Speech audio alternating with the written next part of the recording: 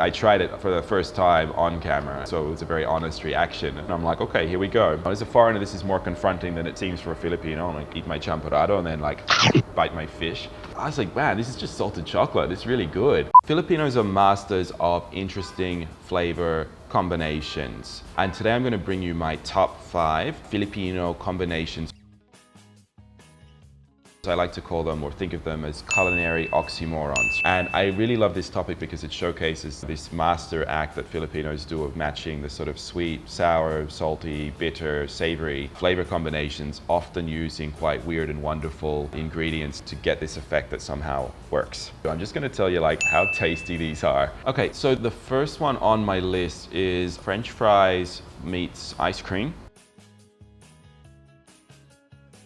This is something that really got popular in the Philippines during the American period in the 20th century, where you had ice cream becoming far more widely available, or sorbetes as it's called here in the Philippines, and also the advent of fast food and being able to get your hot French fries from a fast food takeaway store. And then of course, you know, Filipinos would look at that and like any logical person go, I know what I'm going to do. I'm going to dip my fries in the ice cream. It seems obvious. Now it's actually quite delicious, and you're pretty much getting, I mean, when you think about it, it's basically you got carbohydrate here with a little bit of salt on it, and you're just dipping it in something sweet, right? So it doesn't actually, from a taste standpoint, it kind of makes a lot of sense. And if you're somebody who's ever like washed down your fries at a fast food joint with a thick shake, that's pretty much what you're doing. It's just that you're kind of separating the two so it doesn't seem as weird, whereas Philippines just like bang, straight fries, ice cream, one go. For me, it's actually pretty tasty, and you can always add to the culinary value of this one by going for flavored ice cream or going for a sundae with topping, or you have it with ube ice cream. Try it out. A 7 out of 10 for tastiness. It's pretty good. Okay, so number 4 on my list of Pinoy flavor combinations is manga at bagoong. Now, when we say manga here, we're talking about the unripe mango, which is actually still quite sour. And when we talk about bagoong, for the uninitiated in Filipino cooking, this is the fermented shrimp paste that is used very, very widely here in the Philippines as a flavoring agent for cooking. Now, how do you get bagoong, right? So this is basically you get a clay pot and you fill it with lots and lots of baby shrimp or baby fish, and you pour in some brine and you let it ferment. And what is still at the bottom after about 3 months of fermentation, that's bagoong. And the water at the top, that's fish sauce or patis. So that's sort of what we're talking about here. And Filipinos would look at this and go, I know what to do with that. I'm going to dip some mango in that and eat it. And that's what they do. So, you know, you can find this very widely on the street. There'll be a green mango, it's been peeled, it's been chopped into pieces, and you dip that in your bagoong and then you eat it. And it's actually better than you think. Like, I mean, for me, the first time I was like, nah, that sounds really gross. It's actually considerably better than you think to try this one out, because you get this like intense sourness and an intense saltiness together, but they do really kind of balance each other out and meet somewhere in the middle. And I can attest this is actually pretty tasty. It's not my favorite of all the combinations. I'm going to give this one probably like a 5 out of 10 in terms of my own palate and how much I enjoy it. But, you know, Filipinos go crazy for this one. So if you are in Manila or anywhere else in the Philippines, do try it out. Number 3 on my list of favorite Pinoy combinations is Puto at dinuguan. Puto is the Filipino, it's this like small, sweet rice cake that has been steamed, and then it's not a very exciting flavor on its own. So Puto is often served with something else. You might dip it in a bit more sugar, or you might have some other palaman that you're going to have that with. And one of the favorite things to eat it with is dinuguan. Now, dinuguan, the root word is dugo, meaning blood, and dinuguan is basically that something that is cooked using animal blood. Sounds delicious. So dinuguan, the classic animal used in cooking that would be pork, and it usually contains some pork meat, some pork innards like the liver or the intestines is going to be chopped up and go in the dinuguan, and then it uses the pig's blood as well in cooking and stewing the meat. So it's like you're using every part of the animal when making dinuguan. Gross as it sounds, I mean, I think most of us today believe in sort of sustainable food production, and in a way, if you're not consuming the whole animal, there's a lot of waste there that probably is not a great thing for the environment. So it's a nice food in that sense. If you can get your head around eating and consuming the innards and the pork blood. Filipinos, of course, would look at this and go, you know, oh, I've got a blood stew here. I know, I'll take this lovely rice cake and I'll dip that in there and eat that, and that'll be really delicious. And actually, it does taste pretty good. It's, again, a combination of the sort of a sweet and salty together that's quite surprising. So there's a bit of a myth when it comes to Filipino and eating different types of food. And what it's said is that if you're a woman who is pregnant and a real fan of a certain dish during your pregnancy, then your future child is said to be conceived in that dish, or pinaglihi sa itong ulam. What that means is that if you're a pregnant Filipino woman and you're craving puto, so you're more likely to have a baby with fair complexion. And if you eat a lot of dinuguan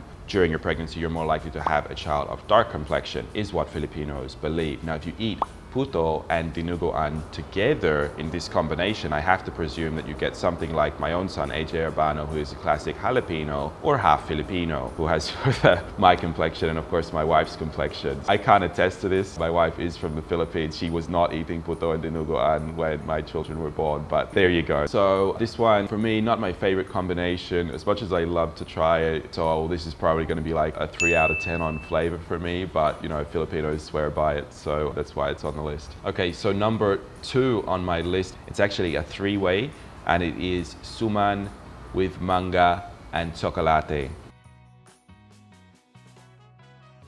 Suman is a Philippine rice cake in the kakanin group of foods. So it uses usually a refined sugar, it uses glutinous rice, a little bit of ginger for flavoring, and then wrapped in a banana leaf, which imparts flavor. And when you open it, it's like a log of packed rice cake that is sweet. Now you take that and you dip it in a little bit of sugar, then you have some mango. It has to be ripe mango, and you have those two together, and that's very nice. You think, you know, mango, sugar, rice, and that's actually a very popular combination in the Malay Peninsula as well, in Malaysia and Thailand. So what makes Filipinos so interesting is that then they go, oh, let's now have that with a cup of hot chocolate, which is a very Mexican thing to do. And that's why I think this is such a fascinating global cuisine, because you take something that's very Southeast Asian and then you just stick this like Mexican influence on it. So the secret with eating this is you always want to start with the mango first, right? So you take a spoon out of the ripe mango, which will be delicious and soft, and you eat the mango. And then just as you finish eating the mango and you've swallowed it, you take your suman, you dip it in sugar and you put that in your mouth and you're eating that, right? So now you've got mango on your palate, then you add the suman, and then you drink the chocolate. And as the chocolate goes down, it just pops and you get that kind of, you know, when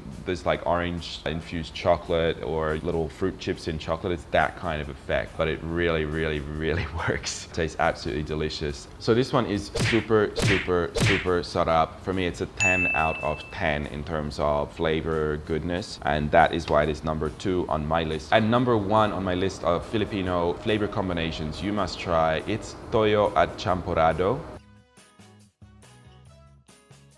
Now, why does this one make my number 1? I think it's a combination of 1, it's genuinely delicious, and 2, it's super cool. And when you see this plated up, you're just like, who thought of that? Like, it's very creative when you think about it. This is probably the world's first form of salted chocolate combination. I'm not aware that salted chocolate was a thing before tuyo at champorado was a thing. This probably has several hundred years on the West discovering salted chocolate. So let's look at each of the ingredients separately. So first, your champorrado, right, is basically a chocolate porridge that uses cocoa, it uses glutinous rice, sugar, and it's kind of enjoying a warm, hot cup of cocoa with thick, gooey, sweet rice in it together. So it's very fortifying, very filling, and deliciously chocolatey. You can cut it with a little bit of cream or milk to impart nice creaminess to the flavor as well. And then you add to that literally a salted dried fish. That's the tuyo. What I'll normally do when I have this myself is I'll get the fish and I'll break bits of it off, just little bits of salted fish, because it's very powerful flavor. And I'll sort of sprinkle that over my champorrado, add the cream, and then I'm eating it. And the first time I tried it, I was actually on a shoot. We cooked it for Maputing Cooking, and my whole team was waiting for me to try it, like anticipating, you know, would I enjoy it or not enjoy it? And I tried it for the first time on camera, so it was a very honest reaction. And I'm like, okay, here we go. As a foreigner, this is more confronting than it seems for a Filipino. I'm like, eat my champorrado and then like